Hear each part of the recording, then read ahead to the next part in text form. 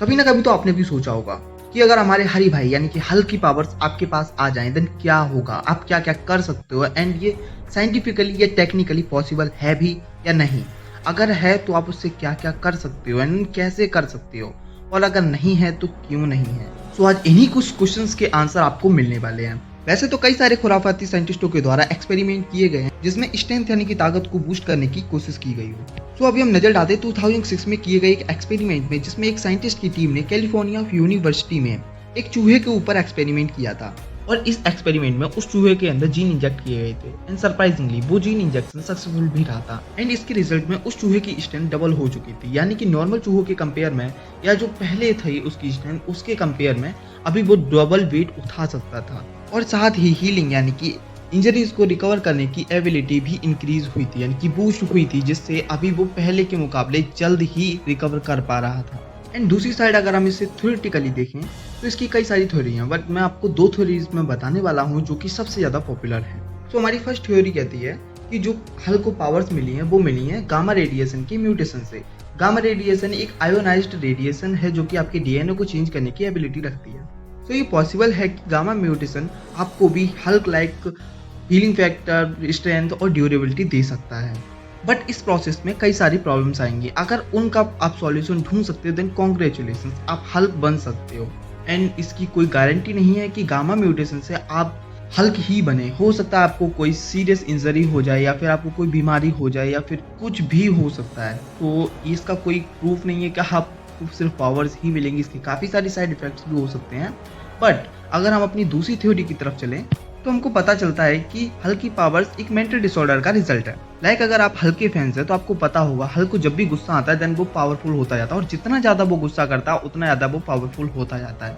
तो इस थ्योरी के बेस पे इमोशन ट्रिगर आपको पावर दे सकता है। और अगर इसी के बेस पे अगर हम बात करें तो रियल लाइफ में आपने कभी ना कभी ऐसा फील किया होगा, जब भी आपको डर लगता है या फिर कुछ होता है तो आपके अंदर एक फुर्ती आ जाती है। तो वो भी एक इमोशन ट्रिगर है जो कि आपके फियर को ट्रिगर कर रहा है, एंड देन उससे आपके अंदर एक फ्लेक्सिबिलिटी या फिर फुर्ती आ रही है।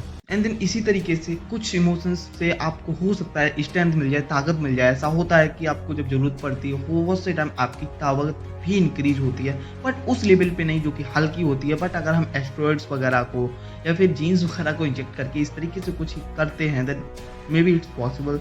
सो अभी हमको प्रोसेस तो पता चल चुका है साइंटिफिकली भी और थ्योरेटिकली भी, बट इसमें काफ़ी सारे चैलेंजेस हैं। तो सबसे फर्स्ट चैलेंज ये है कि हमको कोई एक ऐसा जीन डेवलप करना पड़ेगा जो कि हमको हल्क जैसी पावर दे सके। लाइक हमने चूहे की जो रिसर्च देखी उसके हिसाब से चूहे के ऊपर जो किया गया उसकी पावर डबल हुई। ठीक है, आपके पास जो पावर अगर वैसे ही जीन आपके लिए डेवलप कर दिए जाए देन आपके पास डबल पावर चाहिए, मतलब एक सुपर ह्यूमन लेवल की पावर्स आपके पास आ सकती है, डबल ट्रिपल अगर आपकी पावर्स को कर दिया जाए देन।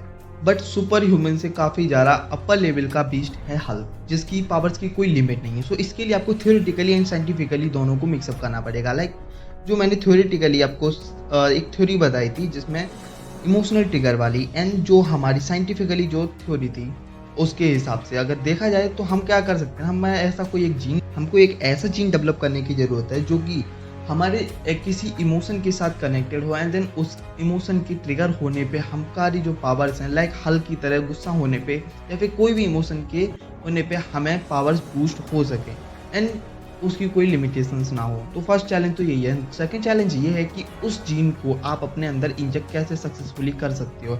लाइक अगर कुछ थोड़ी सी भी गलती हुई देन आपकी पूरी लाइफ बर्बाद हो सकती है। हो सकता है आपकी डेथ भी हो जाए, या फिर आपको कोई ऐसी बीमारी हो जिसका कोई सॉल्यूशन ना हो सके, या फिर हो सकता है सक्सेसफुली उसको कर सको। तो अभी हम मान लेते हैं कि आपने सभी चैलेंजेस को ओवरकम कर दिया है एंड अभी आप बन चुके हो हल्क। देन अभी क्या होगा? सो अभी क्या होगा, अभी आपके बारे में सभी को जानना है कि आप क्या करते हो क्या नहीं करते हो। बट लेकिन अभी आपके ऊपर रिसर्च वगैरह की जाएगी, मतलब आपको पकड़ के गवर्नमेंट ले जाएगी और आपके ऊपर रिसर्च की जाएगी कि कैसे हुआ कैसे नहीं हुआ। साइंटिस्ट आपकी चीर फाड़ करेंगे, और चीर फाड़ करने के बाद भी ऐसा नहीं है कि तुम मर जाओगे, बिल्कुल नहीं, क्योंकि अभी तुम्हारे पास हीलिंग फैक्टर है जिसकी वजह से तुम्हारी कितनी भी चीर फाड़ कर दिया है बस तुमको दर्द होगा, तुम मरोगे नहीं, तो मतलब तड़प तड़प के रहोगे।